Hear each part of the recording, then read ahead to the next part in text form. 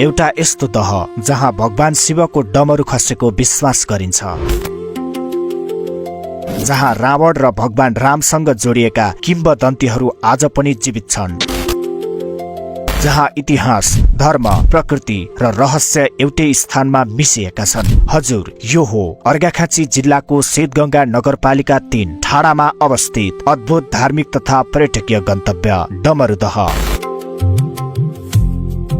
आजको भिडियोमा हामी डमरूदहको पौराणिक कथा, ऐतिहासिक महत्व, धार्मिक विश्वास, प्राकृतिक सौन्दर्य, वर्तमान अवस्था र यसको भविष्यका सम्भावना बारे चर्चा गर्नेछौँ।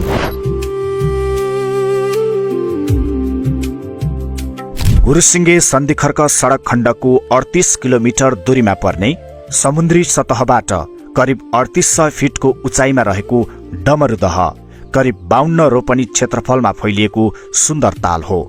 चारैतिर हरियाली जंगल, शीतल हावा, रमणीय दृश्य र शान्त वातावरणले यस स्थानलाई प्राकृतिक स्वर्गको अनुभूति दिलाउँछ।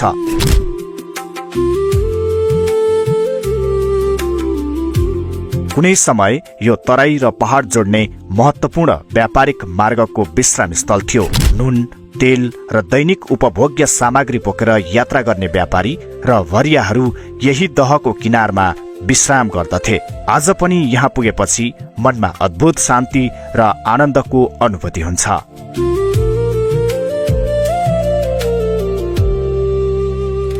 डमरूदहसँग जोडिएको सबैभन्दा प्रसिद्ध किम्वदन्ती भगवान शिवसँग सम्बन्धित छ। भनिन्छ सत्ययुगमा भगवान शिव हिमालय भ्रमण गर्दै नर्तनाचल पर्वत क्षेत्रमा आइपुग्नुभयो। यहाँको अनुपम प्राकृतिक सौन्दर्यले उहाँलाई यति धेरै मोहित बनायो कि उहाँले ताण्डव नृत्य आरम्भ गर्नुभयो।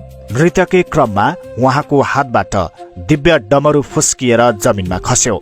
डमरू खसेको स्थानमा डमरूकै आकारको विशाल खाल्डो बन्यो। समय बित्दै जाँदा त्यही पानी भरियो र डमरूदहको उत्पत्ति भयो भन्ने धार्मिक विश्वास आज पनि स्थानीय समाजमा जीवित छ।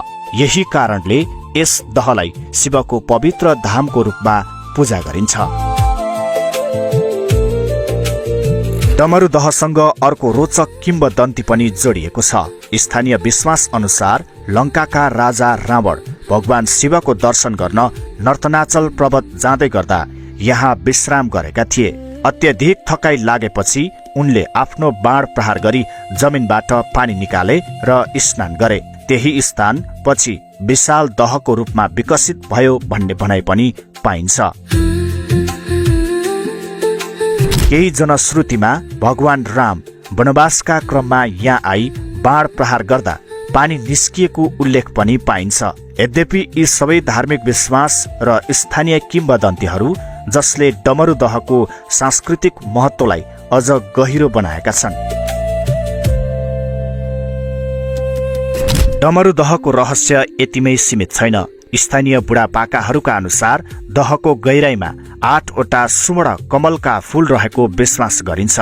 ती कमल पवित्र मन भएका व्यक्तिहरूले मात्र विशेष समयमा देख्न सक्छन् भन्ने जनविश्वास छ। अर्को रोचक मान्यता अनुसार रातको समयमा दहभित्र कहिलेकाहीँ 9वटा आगोका ज्वाला देखिने गरेको स्थानीयहरू बताउँछन्।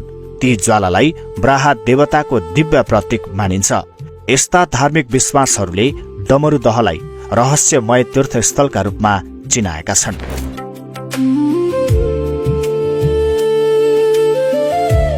डमरूदहको इतिहास राणाकालसँग पनि जोडिएको छ। विक्रम सम्वत 1942 तिर प्रधानमन्त्री वीर शमशेर र उनका भाइ खड्ग शमशेर बीच मतभेद भएपछि खड्ग शमशेरलाई ठाडामा नजरबन्दमा राखिएको थियो। त्यही अवधिमा उनले प्राचीन समयदेखि रहेको सानो जलकुण्डलाई विस्तार गरी व्यवस्थित दहको रूप दिएको विश्वास गरिन्छ। शिवको डमरूको पौराणिक कथालाई सम्मान गर्दै उनले दहलाई डमरूको आकारमै विस्तार गराएको इतिहासले बताउँछ। डमरूदह अहिले सिद्धगंगा नगरपालिकाको प्रमुख पर्यटकीय गन्तव्य बन्ने दिशामा अघि बढिरहेको छ। दहमा वर्षभरि नै पानी कायम हुने गर्दछ। यहाँ पदमार्ग, बगैँचा, विश्राम स्थल, डुङ्गा शहर, पार्क, शिव मन्दिर, पर्यटक बस्ने भवन तथा होमस्टे विकास गर्ने योजनाहरू अघि बढिरहेका छन्।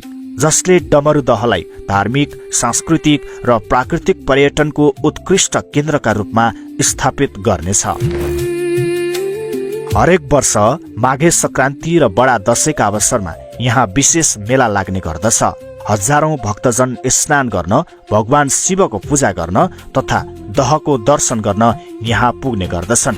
नजिकै रहेको सुपा देउराली मन्दिर, बाणगंगा नदी र नर्तनाचल पर्वतसँग मिलेर यो क्षेत्र धार्मिक पर्यटनको महत्वपूर्ण केन्द्र बन्न सक्ने ठूलो सम्भावना बोकेको छ। डमरूदह केवल एउटा ताल होइन, यो अर्घाखाँची र शिवगंगाको इतिहास हो। यो आस्थाको प्रतीक हो।